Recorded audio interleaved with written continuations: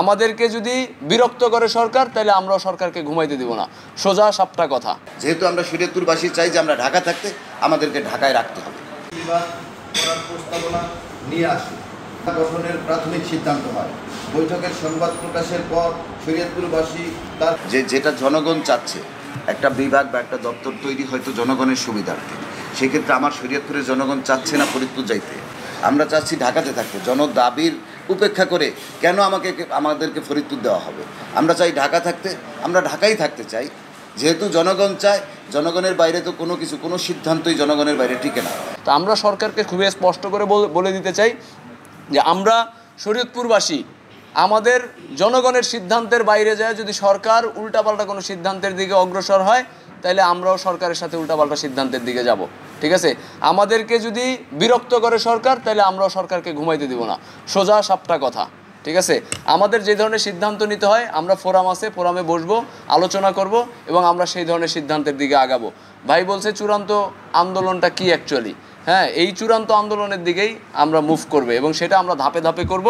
আমরা আজকে সংবাদ সম্মেলন করলাম, কালকে আমাদের একটা বিক্ষোভ সমাবেশ আছে সকাল 11টায়। আমরা শহীদ মিনার থেকে শুরু করব, ডিসি অফিস পর্যন্ত যাব এবং এই বিক্ষোভ সমাবেশের পরে আমাদের যে 5 তারিখের গণসমাবেশ, সেটির প্রচারণা চলবে এবং 5 তারিখে সকল রাজনৈতিক দল, সিভিল সোসাইটি এবং সব ধরনের জনগণের উপস্থিতিতে একটি গণসমাবেশ হবে।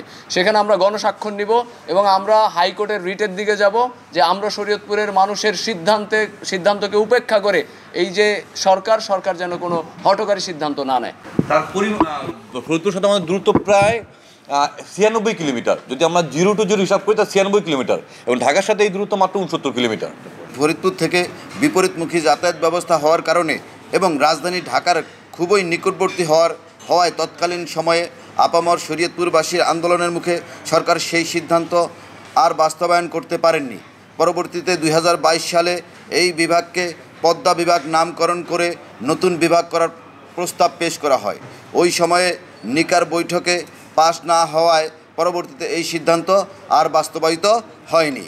প্রিয় সাংবাদিক ভাইয়েরা, আমরা আবারও দেখতে পাচ্ছি বর্তমান অন্তর্বর্তীকালীন সরকার নতুন 2টি বিভাগ নিয়ে কাজ শুরু করেছে। গত 8 সেপ্টেম্বর নিকার বৈঠকে এই সংক্রান্ত আলোচনা হলে তা মিডিয়ায় প্রচার করা হয়। আমরা বিভাগ হওয়ার সংক্রান্ত সরকারের নীতিগত সিদ্ধান্তকে স্বাগত জানাই, কিন্তু শরীয়তপুর জেলা ঢাকার নিকটবর্তী হয় এবং সকল ধরনের কর্মকাণ্ড ঢাকার সাথে সহজতর হয় শরীয়তপুরের আপামর জনতা আমরা কেউ ফরিদপুর বিভাগে যেতে চাই না। আমরা ঢাকা বিভাগে আছি, ঢাকা বিভাগেই থাকব।